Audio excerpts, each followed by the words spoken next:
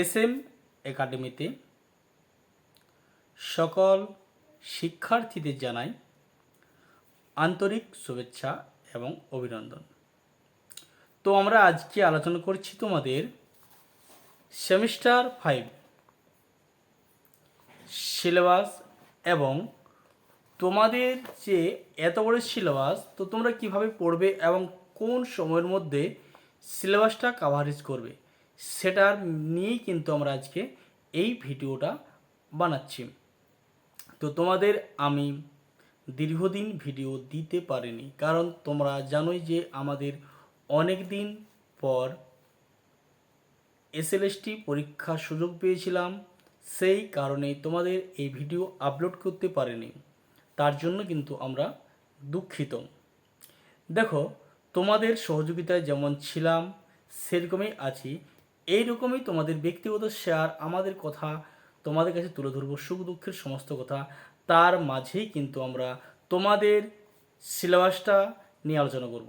তো প্রত্যেকটা জিনিস তোমাদের খুঁটিনাটিভাবে বলে দিচ্ছি। দেখো, তোমাদের কিন্তু 19 ও 20 শতকের বাংলা উপন্যাস মেজর 10 সেমিস্টার 5 তোমাদের মিনিমাম, এটা তোমরা চাও তো 5th সেমিস্টারে পরীক্ষা দেবে, তোমরা জেনেই গেছো তোমাদের কিন্তু মিনিমাম 50 নাম্বারের পরীক্ষা হয়, এটা তোমরা কিন্তু সবাই জানো। তো তোমরা ভাবছো স্যার কেন এত বাড়তি বা বারবার বলছো। দেখো, তোমাদের মধ্যে অনেকের মধ্যে কনফিউজ হয়ে থাকতে পারে, তাই জন্য আমি বলে দিচ্ছি। দেখো, তোমাদের কিন্তু 10 নাম্বার তোমাদের কিন্তু ওরেল হয়, যেটা তোমাদের ইন্টারনাল। এরপরে তোমরা যেটা বাইরের কলেজে পরীক্ষা দেবে সেটা কিন্তু তোমাদের 40 নাম্বার পরীক্ষা। দেখো, যাদের কিন্তু এই কথাগুলো মনে হয় যে খুব খারাপ লাগছে, তারা কিন্তু ভিডিওটা স্টেপ জাম্প করে এগিয়ে যাও আগের দিকে, পরবর্তী জিনিসগুলো কিন্তু তোমরা শুনে নাও। দেখো, তোমাদের অন্য কলেজে পরীক্ষা দিতে হয় 40 নাম্বার, সেই 40 নাম্বারটা তোমাদের নম্বর বিভাজন হয় 2, 5 এবং 10 নাম্বারের। এটা তোমরা কিন্তু সবাই জানো।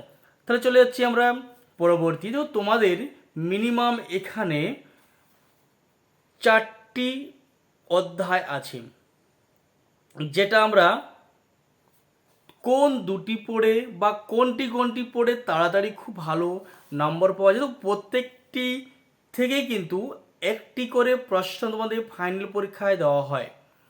তবে তোমাদের বলে দিই, আমরা সিলেবাসটা আমরা আলোচনা করি, তার মধ্যে সমস্ত জিনিস আমরা খুঁটিনাটি এই ভিডিওটির মাধ্যমে আলোচনা করব।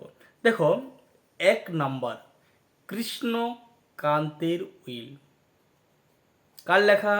বঙ্কিমচন্দ্র চট্টোপাধ্যায়। এটি তোমাদের কিন্তু আছে, আমরা আগেই বলেছি কিন্তু 19 ও 20 শতকের বাংলা উপন্যাস। আমরা আগেই বলেছি তোমাদের 19 ও 20 শতকের বাংলা উপন্যাস, তার মধ্যে একটি তোমাদের সিলেবাসে আছে কি? কৃষ্ণকান্তের উইল, কার লেখা আমরা জেনেই গেছি অলরেডি, বঙ্কিমচন্দ্র চট্টোপাধ্যায়। পরবর্তী চলে এসেছি আমরা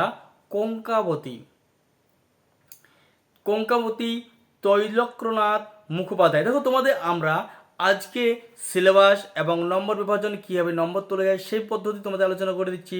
পরবর্তী ভিডিওতে তোমাদের আমরা উত্তর সমেত প্রশ্ন এবং সাজেশন সমস্ত বিষয় কিন্তু আমরা আলোচনা করে দেবো। দেখো, তোমাদের যদি আমাদের চ্যানেলটা থেকে কিছু হলেও সহযোগিতা পাও, বন্ধুদের মধ্যে অবশ্যই শেয়ার করে দেবে, একটি লাইক, একটি কমেন্ট করবে। তোমাদের একটি কমেন্ট আমাদের পরবর্তী ভিডিওতে সহানুভূতি জাগাবে ভিডিও বানাবার।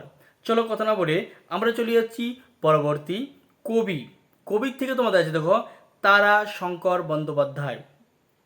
কবিতে কি আছে আমাদের? তারা শঙ্কর বন্দ্যোপাধ্যায়। চলে যাচ্ছি আমরা পরেরটা আরণ্যক হচ্ছে বিভূতিভূষণ বন্দ্যোপাধ্যায়। দেখো, তোমাদের মিনিমাম এখানে আমরা 4টি পেলাম। কি পেলাম? কৃষ্ণকান্তের উইল, বঙ্কিমচন্দ্র চট্টোপাধ্যায়, কঙ্কাবতী, তৈলক্যনাথ মুখোপাধ্যায়, কবি তারাশঙ্কর বন্দ্যোপাধ্যায়, আর আরণ্যক বিভূতিভূষণ বন্দ্যোপাধ্যায়। চট্টোপাধ্যায়, মুখোপাধ্যায়, বন্দ্যোপাধ্যায় এই 4 জনের কিন্তু মিনিমাম তোমাদের এই 40 নাম্বার সেমিস্টার 5 মেজর 10 হবে। মেজর 10-এর নিয়ে বাংলা সিলেবাসটা এটা।